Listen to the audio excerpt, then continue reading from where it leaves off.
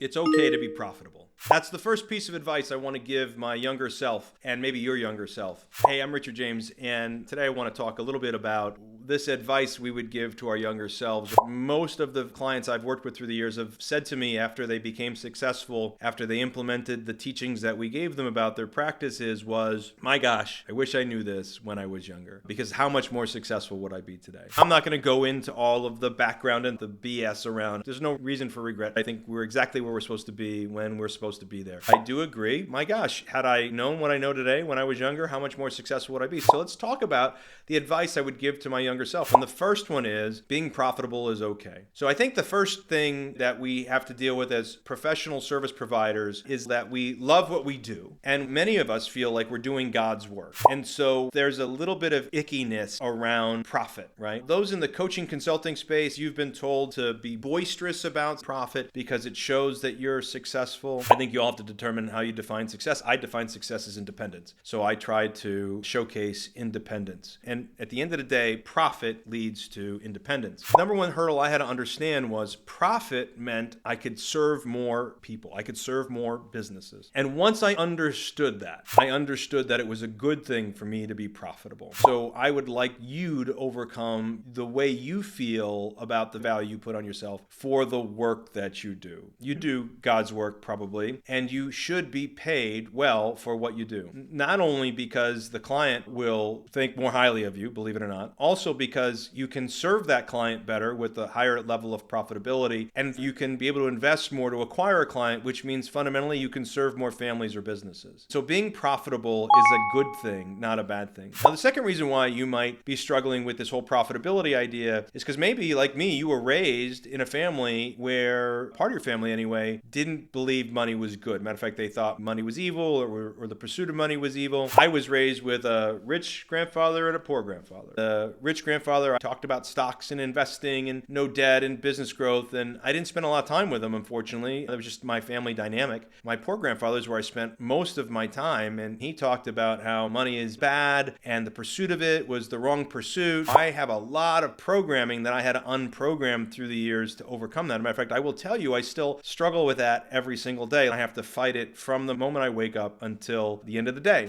You have to determine how you're wired, understand why you are the way that you are. Once you understand it, you can start to do something about it. You may have this feeling that you are a service professional and so you do God's work and so you shouldn't charge money at a high level for it and you shouldn't think about profit because that's icky. Or maybe you were raised in a family like I was raised, in which case you think that is a negative connotation and you're stuck with this mental imagery.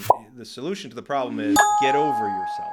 You need to figure it out and fix yourself, because if you're going to run a business, you need to be profitable. And if you're going to be profitable, you need to charge the right fee, which brings me to the second thing I'm going to talk about. Profit is good. You need to charge what you're worth. So many people I work with don't charge what they're worth. That's the first reason that they're not profitable at a high level. They get stuck on this because they see what their peers are charging, or they see what they feel is fair and equitable. They try to get a general feel of the market, what they've always charged. They were raised or mentored in a way that was charging a certain number. You need to blow that thinking out of the water. When I was in the funeral business, there is a law, the FTC passed, that said that if you walk in any funeral home, you can ask for their prices and they have to give it to you on their general price list. So I would go around to every funeral home in town to get their general price list. They all hated me for this and they thought I was going to undercut them, but I found all their prices and I found the most expensive person and I made myself 10% higher than they were. I wanted to be the most expensive provider, but within range. I wanted to be somewhat reasonable about it. And the reason I wanted to do that is at a young age, I fundamentally understood if I had the profitability, I could serve my families better. The difference between charging $12,000 for services or $7,000 was I couldn't have perfectly clean and great equipment all the time, or I couldn't have the right number of men holding umbrellas so that nobody ever got wet when they were walking in a procession, or that every door was open every time. So I just needed to make sure I had enough service professionals with me, and I needed to make sure I had enough profit to be able to do that. Whatever business business you're trying to build, profitability is going to allow you to serve your client at a much higher level. And the first pace to profitability is charging the right number, whether that's an hourly fee, a flat fee, or the percentage. You want to get the highest number possible. And you should raise prices until your client says stop. So you keep raising prices until your clients say, you've gone far enough, I'm not going to buy anymore, which basically means you're measuring your conversion rate from prospects to hires. And at that point, you've reached the top of the market, and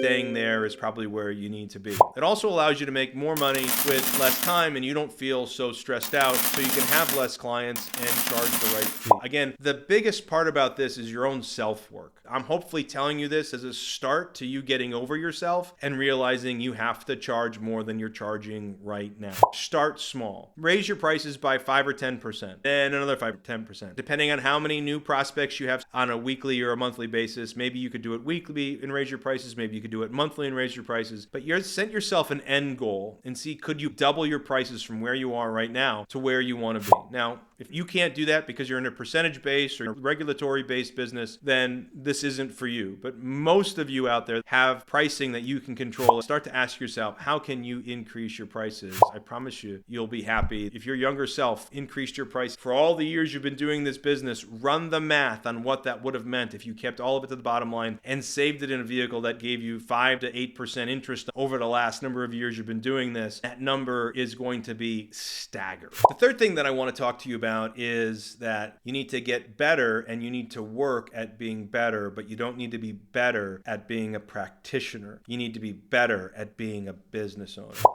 Many service professionals struggle with is that if being good at what you do was enough, advertisers would be out of business. It's not true. You need to become a better marketer, a better salesperson, a better business owner. You need to perfect your client attraction pipeline, your profit pipeline, your workflow pipeline, and your talent pipeline, which means you have to invest time in learning how to do this. It's likely the educational process you went through did not teach you the fundamentals you need to know about how to run a small business. And so if you haven't been taught, you need to start to educate yourself on this process. Regardless of the practice area, profession that you're in, it's going to be up to you. Jim Rohn said a formal education will provide you with a living, whereas a self-education will provide you with a fortune. Start attending Automobile University and stop listening to the radio. Start turning on lessons in your vehicle or while you're at the gym or out for a walk. You need to find a way to start educating yourself on how to improve your business, and then start implementing on a regular basis. The next thing I want to talk to you about is becoming the person that you want to become. To my younger self, to your younger self, I would tell you, you have to become the person that can handle the growth and the success that you actually want. Jim Rohn has said this best. We talked about the fact that if you become a millionaire, you better be pretty quick at becoming the person who can handle the $1 million or you'll lose the $1 million. You need to become this person that can handle the growth and the success that you want to achieve, which means you have to go to work on yourself. You weren't taught how to be the type of person you need in order to handle the amount of money that you have. Just because you have a great education, just because you're great at what you do as a service professional, doesn't make you capable of handling the type of money or success or client or number of employees that you have. If you don't become the right person, you won't have what you want. The universe and the energy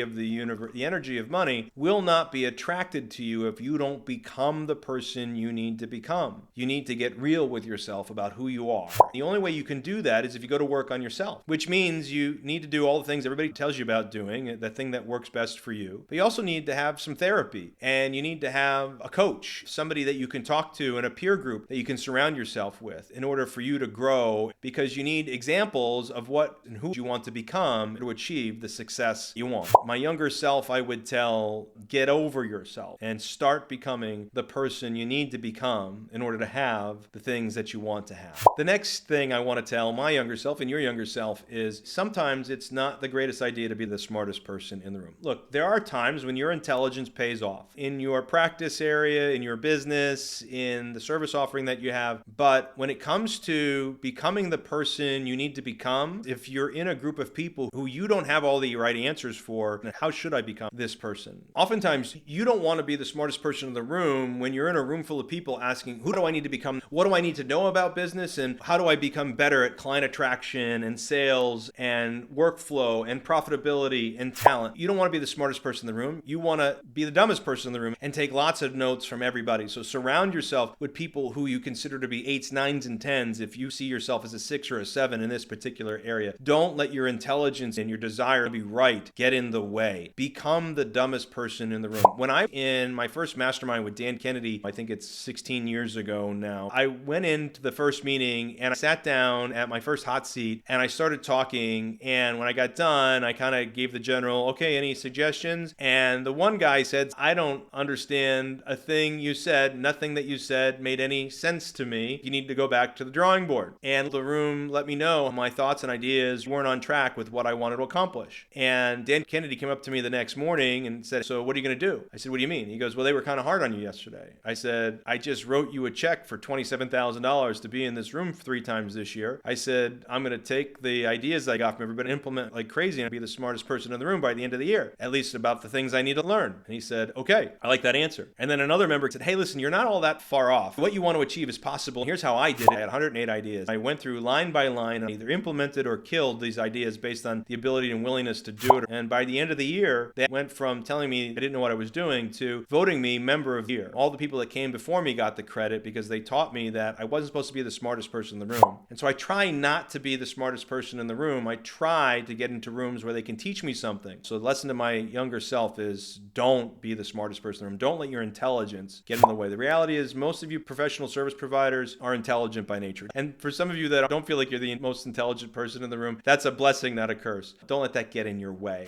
If you do, you're going to find yourself disappointed and you're not going to achieve the goals you want as fast as you want to achieve them.